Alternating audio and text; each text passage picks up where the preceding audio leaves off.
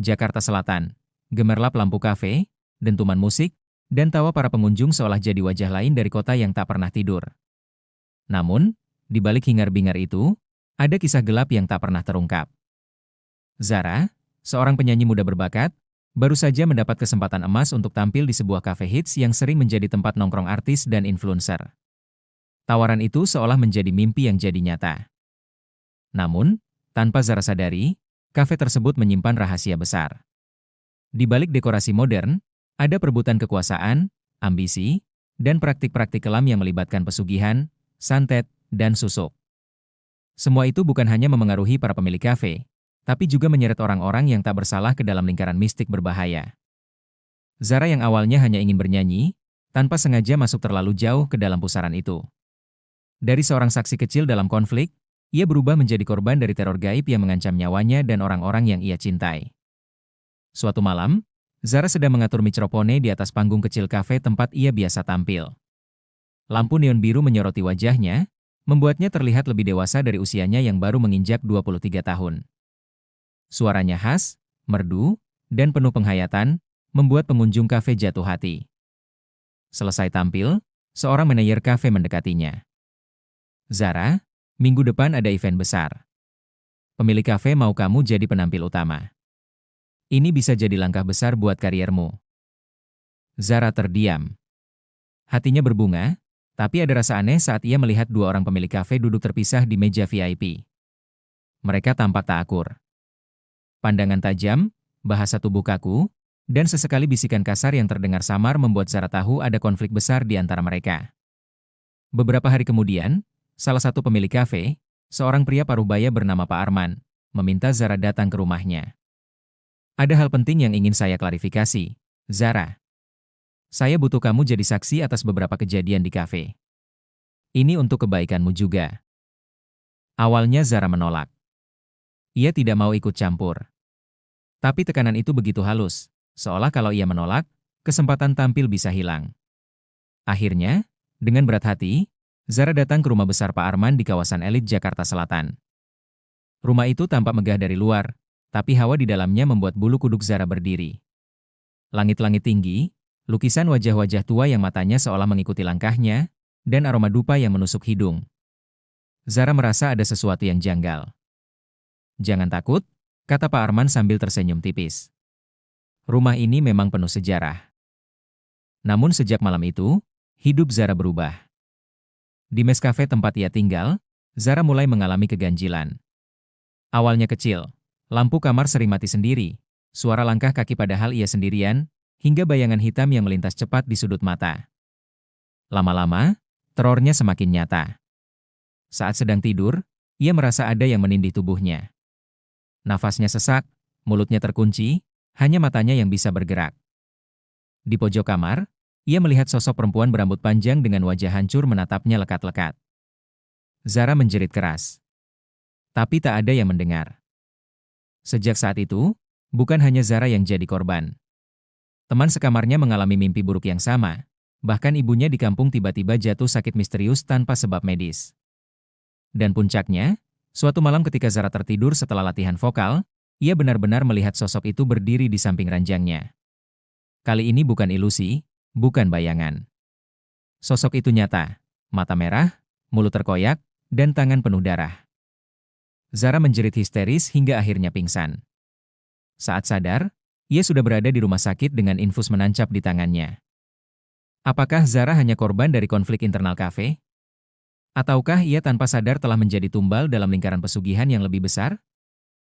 Sejak dirawat di rumah sakit, Zara mulai sering melamun. Wajahnya pucat, matanya kosong, seolah ada sesuatu yang terus mengganggunya dari dalam. Para perawat mengatakan kondisi fisiknya baik-baik saja, namun setiap malam tubuhnya mendadak kejang, keringat dingin bercucuran, dan ia berteriak ketakutan seolah melihat sesuatu yang tak kasat mata. Suatu malam, perawat yang berjaga di bangsal mendengar suara Zara mengigau. "Jangan dekat-dekat. Jangan sentuh aku," teriaknya. Tubuhnya menggeliat, seakan ada yang mencekik lehernya. Ketika lampu kamar dinyalakan, tak ada siapapun di sana selain Zara. Tapi bau anyir darah samar-samar tercium, membuat perawat panik dan buru-buru memanggil dokter jaga. Keesokan harinya, Ibunya datang dari kampung dengan wajah penuh cemas. "Zara, ini bukan sakit biasa," bisiknya sambil menggenggam tangan putrinya. Ibunya bercerita bahwa beberapa hari lalu, di rumah mereka di kampung, ayam-ayam peliharaan mendadak mati bersamaan.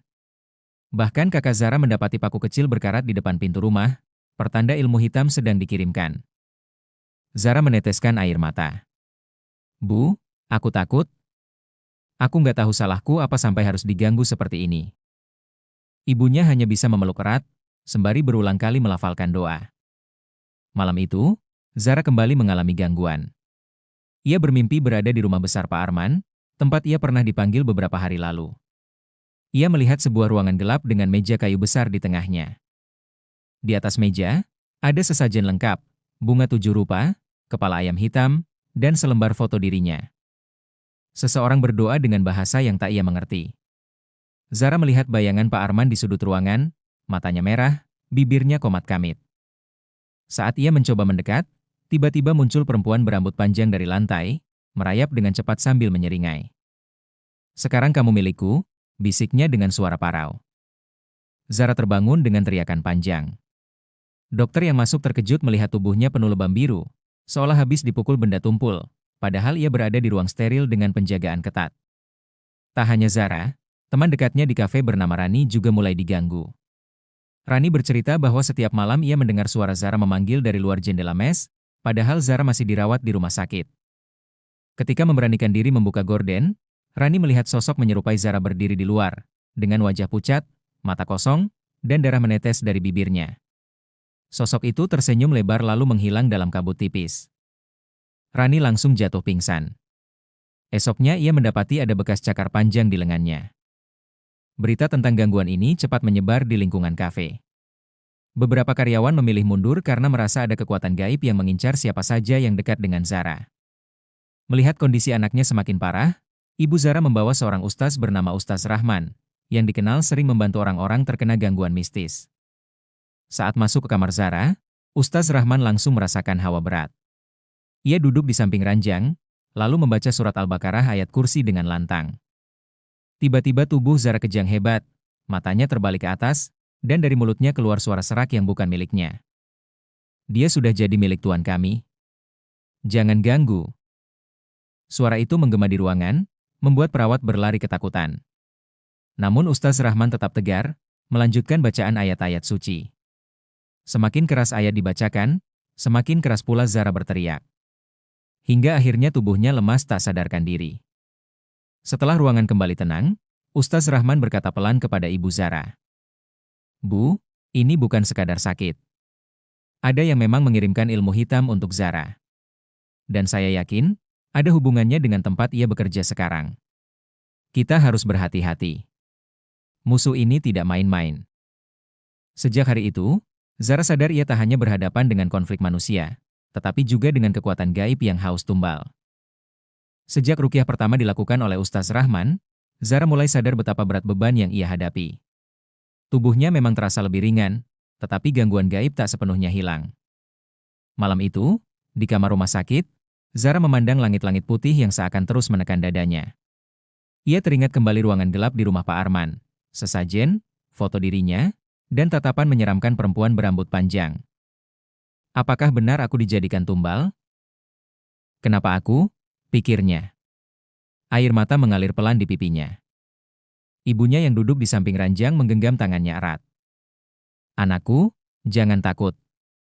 Ingat, Allah lebih besar dari semua makhluk ciptaannya. Semua ini ujian. Jangan sampai imanmu goyah." Namun, justru disitulah pertarungan batin Zara dimulai. Rasa takut membuatnya ragu pada dirinya sendiri.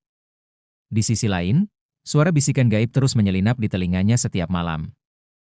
"Berhenti melawan, ikutlah bersama kami, hidupmu akan lebih mudah." Pada malam ke-30 sejak Zara pertama kali datang ke rumah Pak Arman, teror mencapai puncaknya. Saat lampu kamar padam, udara di sekitarnya mendadak dingin menusuk tulang. Zara membuka mata dan melihat sosok hitam tinggi menjulang di sudut ruangan. Matanya merah menyala, mulutnya penuh taring, dan di tangannya ia menggenggam sesuatu yang basah meneteskan darah. Sosok itu berjalan mendekat sambil menggeram. "Kau sudah dipilih, jangan menolak." Zara berusaha menjerit, namun suaranya terkunci. Tangannya kaku, tubuhnya lumpuh. Di tengah ketakutannya, ia teringat pesan ibunya dan bacaan Ustaz Rahman. Dengan sisa tenaga, ia berbisik pelan. A'udzu billahi minasyaitonir rajim. Anehnya, tubuhnya sedikit demi sedikit bisa bergerak kembali. Sosok hitam itu mundur, menggeram keras, lalu menghilang dalam kepulan asap pekat. Zara terisak. Untuk pertama kalinya, ia benar-benar yakin bahwa doa adalah satu-satunya tamengnya. Beberapa hari kemudian, kabar buruk datang. Kafe tempat Zara bekerja mulai sepi pengunjung. Ada rumor beredar di kalangan karyawan bahwa salah satu pemiliknya memang menggunakan jalur gaib untuk mempertahankan bisnis, pesugihan dengan tumbal manusia. Seorang barista bernama Dimas bercerita pada Zara dengan wajah pucat. Aku pernah nggak sengaja lihat, Mbak, di gudang bawah tanah kafe, ada kamar kecil dengan kendi, dupa, sama foto-foto orang. Bahkan ada foto Mbak juga di sana. Mendengar itu, Zara gemetar. Ternyata firasatnya benar. Ia bukan korban kebetulan. Ada orang yang sengaja mengincarnya untuk dijadikan media pesugihan. Menyadari bahaya semakin nyata, Ustaz Rahman mengusulkan agar Zara diruqyah lebih intensif. Ia juga meminta Zara memperbanyak sholat malam, membaca Al-Baqarah setiap hari, dan selalu berwudu sebelum tidur. Awalnya Zara merasa lelah. Ustaz, saya takut saya nggak sanggup. Gangguannya terlalu kuat. Ustaz Rahman menatapnya dalam-dalam. Setan hanya bisa menakut-nakuti, tapi tak bisa menyentuh orang yang benar-benar berpegang pada Allah. Ingatlah, ujian ini akan mengangkat derajatmu bila kamu sabar. Kata-kata itu menusuk hati Zara. Untuk pertama kalinya ia merasa bukan hanya korban, tapi juga pejuang dalam pertarungan iman. Namun malam itu, ketika Zara mencoba sholat tahajud, ia kembali diganggu. Saat membaca doa iftitah, terdengar bisikan di telinganya. Kamu akan mati malam ini. Tubuhnya gemetar, namun ia tetap melanjutkan bacaan. Saat sujud, lantai kamar terasa bergetar, dan ia mendengar suara tertawa panjang yang menggema. Zara hampir goyah. Tapi ia paksa dirinya bangkit. Dengan air mata bercucuran, ia berseru lirih. Hasbiyallahu la ilaha illa huwa, alaihi tawakkaltu, wa huwa rabbul arsyil azim. Tiba-tiba suara itu menghilang. Hatinya terasa lebih lapang. Untuk pertama kalinya, Zara sadar, teror ini bukan sekadar cobaan gaib. Ini adalah ujian keimanan. Namun, semakin Zara mendekat kepada Allah, semakin besar pula kekuatan gelap mencoba menghancurkannya. Suasana Jakarta Selatan malam itu tampak biasa saja. Lampu jalan berkelip, kendaraan lalu lalang, kafe tempat Zara bekerja tetap memutar musik keras untuk menarik pengunjung. Namun, di balik gemerlap itu, ada ritual kelam yang sedang berlangsung di sebuah rumah besar milik Pak Arman. Di dalam ruangan gelap yang dipenuhi asap dupa, sebuah kendi besar berisi darah ayam hitam diletakkan di atas meja. Foto Zara menempel di sisi kendi, ditusuk dengan jarum panjang. Seorang dukun tua berwajah keriput duduk bersila, komat kamit dengan bahasa yang tak dimengerti. Waktunya sudah dekat, kata dukun itu dengan suara parau. Rohnya harus diserahkan malam ini. Kalau tidak, perjanjianmu akan putus, dan bisnismu hancur. Pak Arman hanya mengangguk, wajahnya tegang. Ia tahu, perjanjian gaib yang ia ikuti selama bertahun-tahun menuntut tumbal baru. Dan Zara adalah pilihan berikutnya. Di rumah sakit, Zara mendadak menggeliat kesakitan. Jam menunjukkan pukul 2 dini hari. Monitor jantung berbunyi nyaring, tubuhnya kaku, lalu melayang sedikit dari ranjang seolah ada yang mengangkatnya. Perawat yang berjaga menjerit histeris. Beberapa orang masuk, tapi pintu kamar seolah terkunci rapat dari dalam. Zara membuka mata, tapi pandangannya bukan lagi kamar rumah sakit. Ia melihat dirinya berada di sebuah ruangan gelap dengan tanah basah. Di hadapannya ada sebuah lubang kubur yang sudah digali. Dari lubang itu, muncul tangan-tangan busuk menarik kakinya. Masuk, masuk rumahmu yang baru, bisik suara gaib. Zara menjerit, meronta, tapi tubuhnya makin tenggelam ke dalam lubang. Di dunia nyata, Ibu Zara hanya bisa menangis memeluk tubuh anaknya yang semakin dingin. Ya Allah, tolong anakku, jangan biarkan mereka mengambilnya. Ustaz Rahman yang sudah dipanggil bergegas masuk ke kamar. Begitu melihat Zara, ia langsung membaca ayat kursi keras-keras. Allahu la ilaha illa huwa al-hayyul qayyum. Tubuh Zara bergetar keras, matanya terbalik, mulutnya berteriak dengan suara yang bukan suaranya. Dia milik kami. Jangan ikut campur, Rahman. Ustaz tetap melanjutkan bacaan. Ia menempelkan telapak tangan ke dahi Zara sambil membaca surat Al-Mu'minun ayat 115118. Suara gaib itu menjerit, tubuh Zara terangkat lalu terhempas keras keranjang. Di alam gaib, Zara merasa cahaya putih tiba-tiba menyinari lubang kubur yang hampir menelannya. Tangan-tangan busuk itu terbakar dan melepaskannya. Ia ditarik keluar oleh cahaya itu hingga terbangun dengan napas terengah-engah. Setelah keadaan agak tenang, Ustaz Rahman menatap Ibu Zara dengan wajah serius. Bu, saya sudah melihat bayangan orang yang mengirimkan ini. Tidak lain adalah orang dekat tempat Zara bekerja. Saya menduga kuat, salah satu pemilik kafelah yang terlibat. Mereka sudah lama menggunakan jalur pesugihan. Ibu Zara terdiam, wajahnya pucat pasi. Astagfirullah, jadi benar firasat saya. Zara dijadikan tumbal. Ustaz mengangguk. Tapi ini belum selesai. Malam tadi hanyalah percobaan pertama. Mereka pasti akan mencoba lagi. Kita harus kuatkan doa, dan Zara harus siap menghadapi pertempuran terakhir. Beberapa hari setelah kejadian itu, Zara menerima pesan singkat dari nomor tak dikenal. Kalau kau ingin semua ini berhenti, datanglah ke rumah besar di kawasan Kemang. Jangan ajak siapa-siapa. Di sana ada jawabanmu. Pesan itu membuat darahnya berdesir. Ia tahu itu jebakan, tapi rasa penasaran menghantuinya. Siapa sebenarnya yang tega menjadikannya tumbal? Mengapa dirinya yang dipilih? Hatinya bergejolak antara rasa takut dan keinginan untuk tahu kebenaran. Di malam yang sunyi, Zara berdoa dengan suara lirih sambil menangis. Ya Allah, kuatkan aku. Jika ini memang jalan yang harus kulalui, lindungilah aku. Jangan biarkan aku tersesat. Zara berdiri di depan rumah besar di Kemang, tempat semua misteri akan terjawab. Jantungnya berdegup kencang, dan langkahnya terasa berat. Ia tahu, satu langkah lagi bisa menentukan hidup dan matinya. Malam itu sunyi. Angin berhembus dingin ketika Zara berdiri di depan rumah besar di kawasan Kemang, sesuai pesan misterius yang ia terima. Pagar tinggi menjulang, cat dindingnya kusam, dan pohon-pohon besar di sekitarnya membuat suasana semakin mencekam. Dengan langkah ragu, Zara membuka gerbang besi yang berdecit keras. Di dalam, rumah itu tampak lengang. Lampu temara menyala di ruang tengah, dan bau dupa begitu menyengat. Tiba-tiba terdengar suara seseorang. Selamat datang, Zara. Aku sudah menunggumu. Zara terkejut. Dari balik bayangan, muncullah sosok Pak Arman dengan wajah pucat, matanya merah berurat, dan senyum dingin yang membuat bulu kuduk berdiri.